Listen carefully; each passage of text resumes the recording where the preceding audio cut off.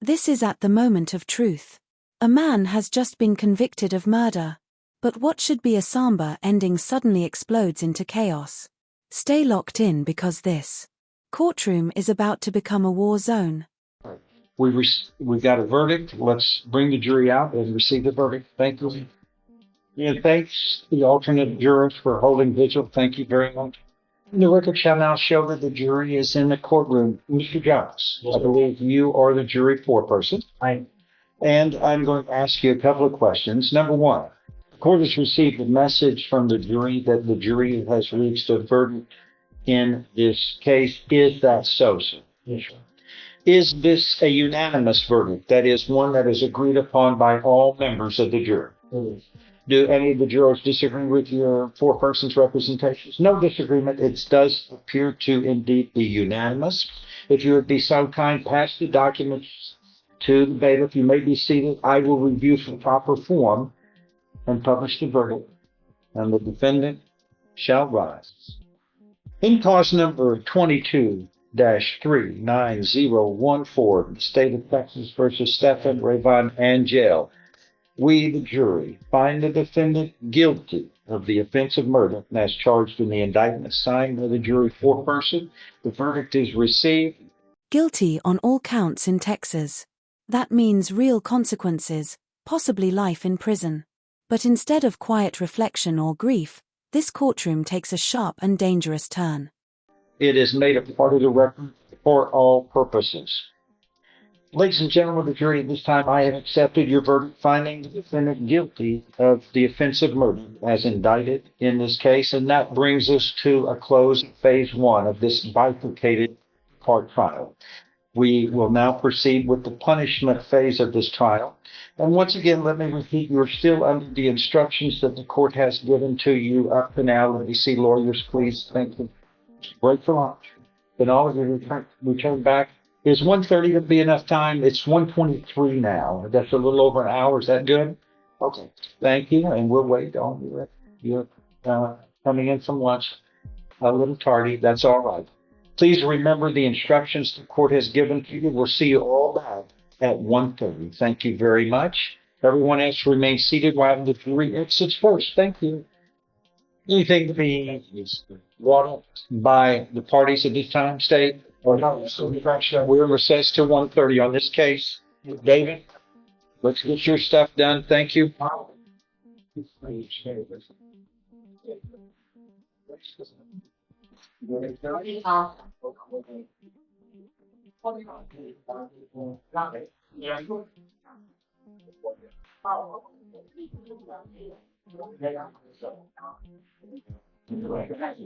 Let me ask you, if your loved one was just convicted of murder, how would you react?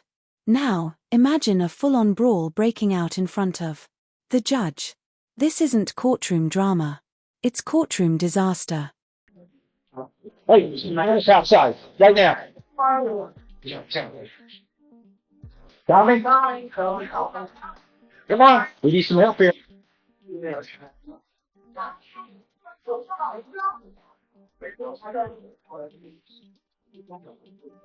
Place in the record, within the last hour, the court received a verdict from the jury in the case of Stephen Angel in a murder case, and the jury found the defendant guilty of the offense of murder as alleged in the indictment.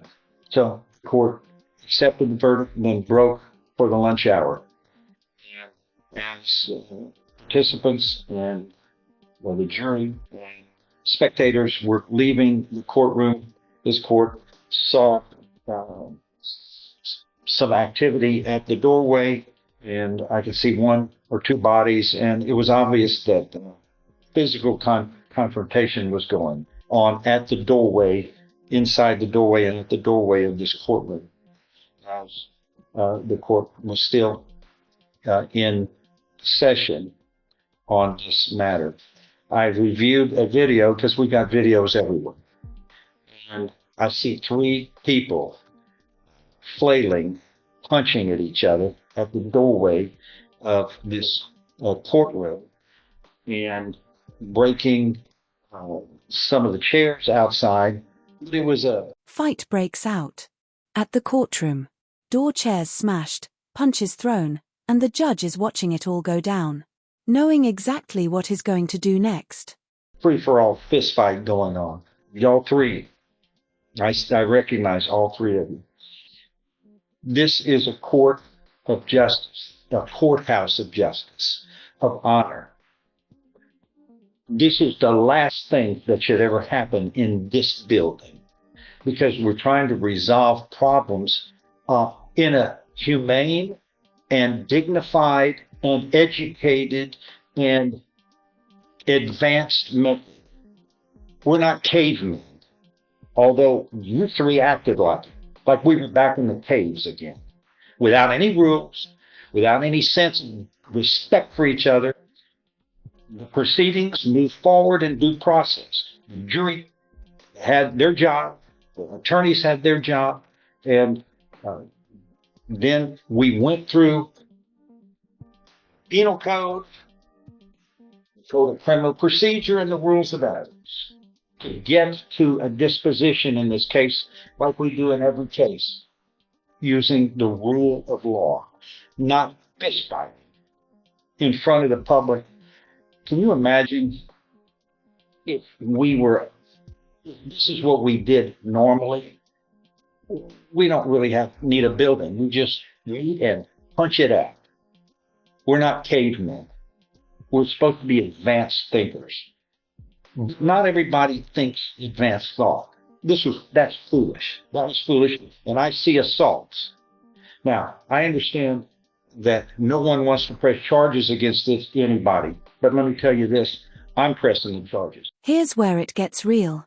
Criminal contempt of court, maximum of 6 months in jail.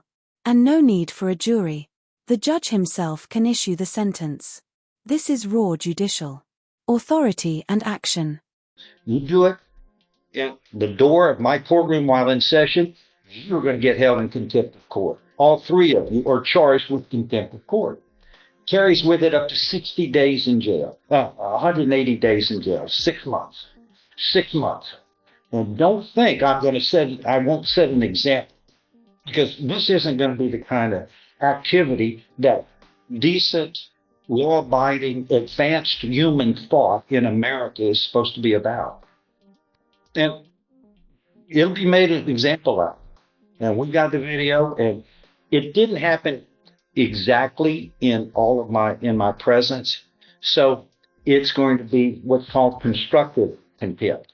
It still happened over this court's authority and power at the door of its courtroom while in session, which means I can't hold a hearing right now.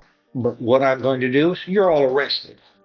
You're going to go to jail, and we'll bring you back, and we'll have hearings on each of these cases, and I'll get to make the determination up to 6 months in the county jail. And don't you think I won't make an example? Because this isn't the kind of behavior which you can do and then walk away from it as though nothing happened. We're supposed to set examples of behavior for all of us. And some of these cases have terrible situations. I presided over the James Byrd murder cases. I was one of the prosecutors. You don't think that was hostile? Because there were a lot of folks who felt like justice needed to be served in different ways. But we did the rule of law. The rule of law worked. Those people were prosecuted and then executed. The judge recalls the James Byrd hate crime case. One of Texas's darkest moments. His sending a message. Violence and this courtroom disrespects. The weight of justice. It's not just Litt's legacy. For what they did. You don't think that the experience and the sacrifices that we put in to see humanitarian ways of doing justice and the rule of law and due process works? Or is there another way? No, it works so that the people knew that this Constitution, the flag, and the rules in the Constitution are something to be honored. That we handle our problems in a disciplined, mature, advanced method so that we are the example for the rest of the world. But that's not the way that worked out there in that doorway. All y'all did was acted like the kids do at school grounds before we learned and get educated, duking it out in front of everybody. People are here to resolve their problems in an honorable, disciplined way under the rule of law. What kind of example is that set that y'all can duke it out and just flail at each other, break things, and disrupt the proceeding? Disrupted my proceeding. I had to stop the proceedings that we were conducting here to finish this.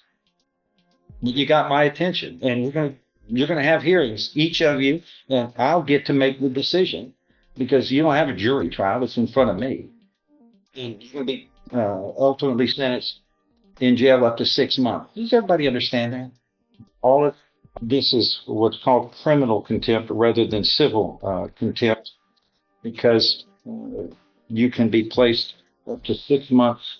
So all of you will be arrested. Each of you are going to be, there's a bond that I'm ordering of $1,000 in each case. For each case, I'm going to set this for a hearing in 4 to 6 weeks. And if you're unable to hire an attorney, one will be appointed to represent you. All of you going to be able to hire attorneys, or you're going to need appointed attorneys? Sir, you're going to hire somebody, and you, sir, this point, you want somebody to point. We're going to get you to fill something out. I need him to do an indigent form. If you're indigent or unable to hire somebody, one will be appointed immediately to help you, okay? And again, criminal contempt is punishable because it concerns an act which affronts the dignity and authority of the court. And the primary purpose of criminal contempt proceeding is to vindicate the public authority.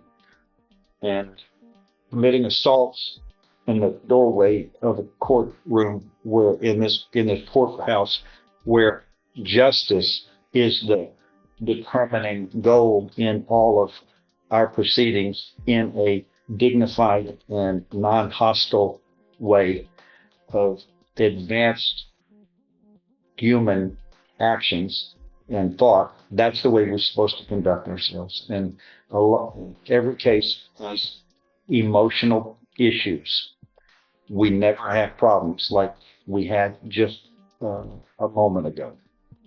And that cannot be tolerated, and it will not be. It will have its punishment attached to the action. Does everybody understand? This wasn't just a courtroom brawl, it was a collapse of respect, law, and decency. Right when the system needed strength, the judge's reaction, swift, sharp, and necessary, because if order dies here, where does it live? All right, that is all. We're in recess on this. Then we're all taken into custody and $1,000 bond. We'll take care of it. We're going to Talk, have a short. talk to the bailiff and they'll work it out with you. Thank you.